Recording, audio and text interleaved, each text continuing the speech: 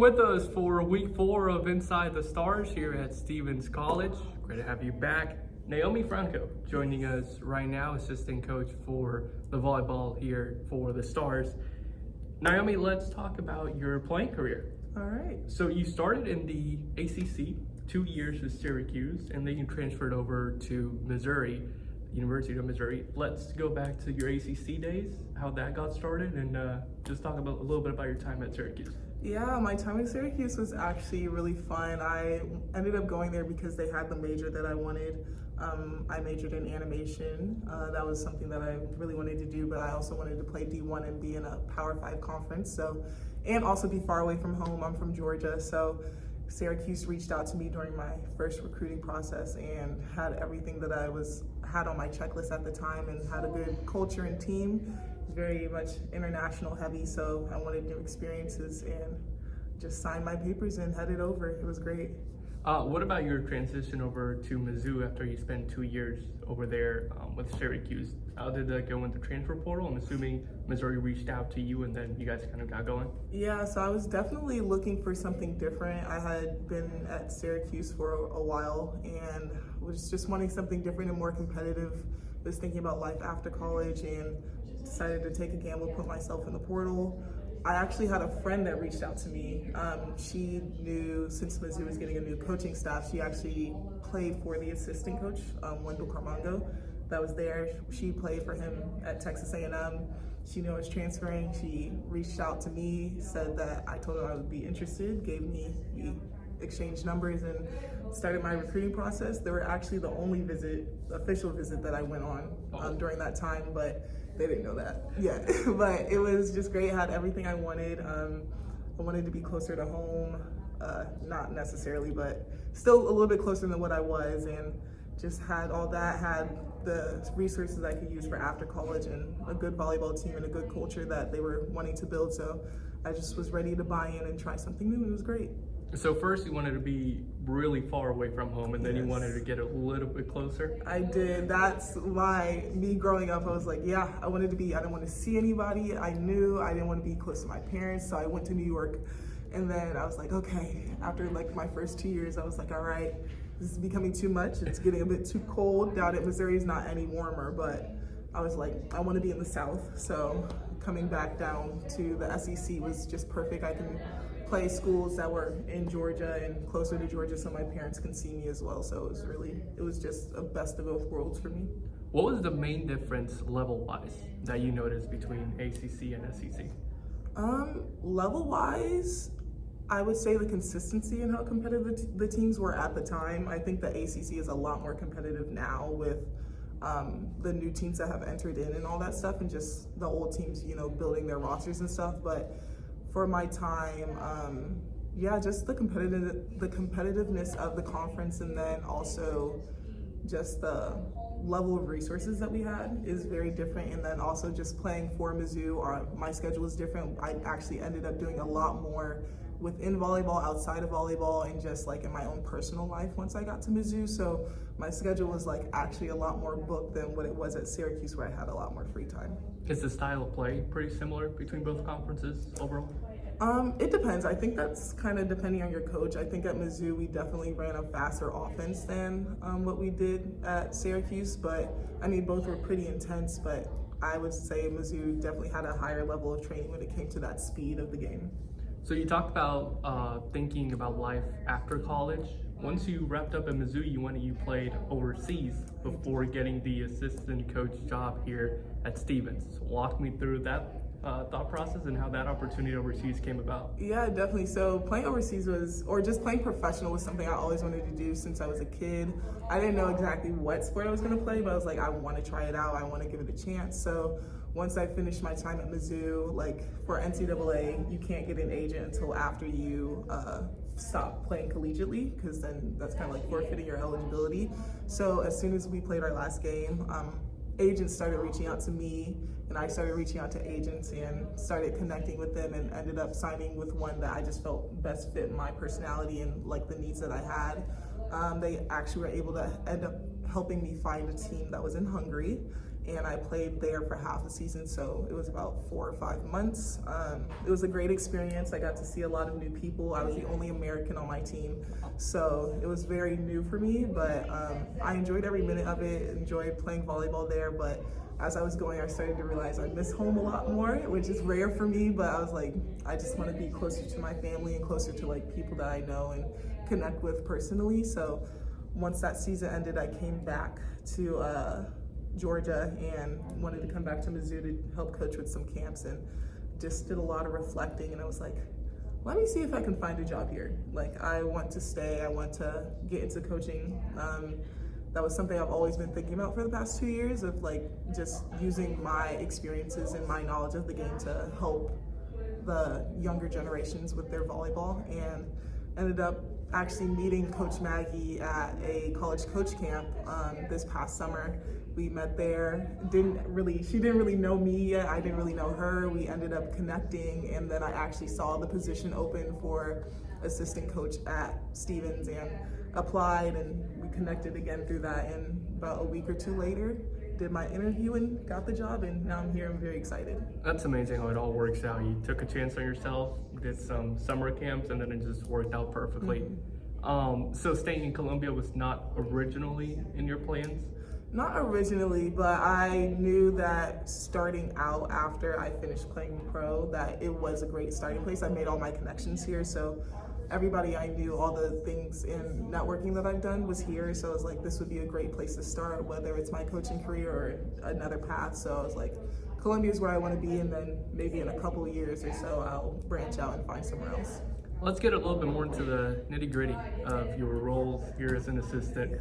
What does that role look like for you? Yeah, so obviously the coaching piece. I help a lot with the attacking and blocking side of the game with our hitters, and just setting up their blocks so that our defense has an easier job playing around them.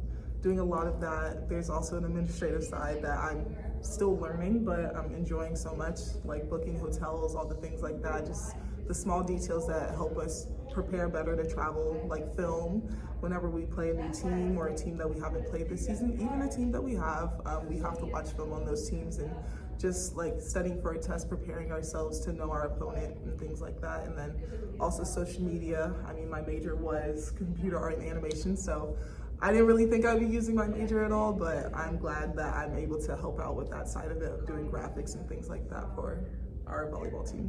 Out of everything you mentioned, what is your favorite role so far?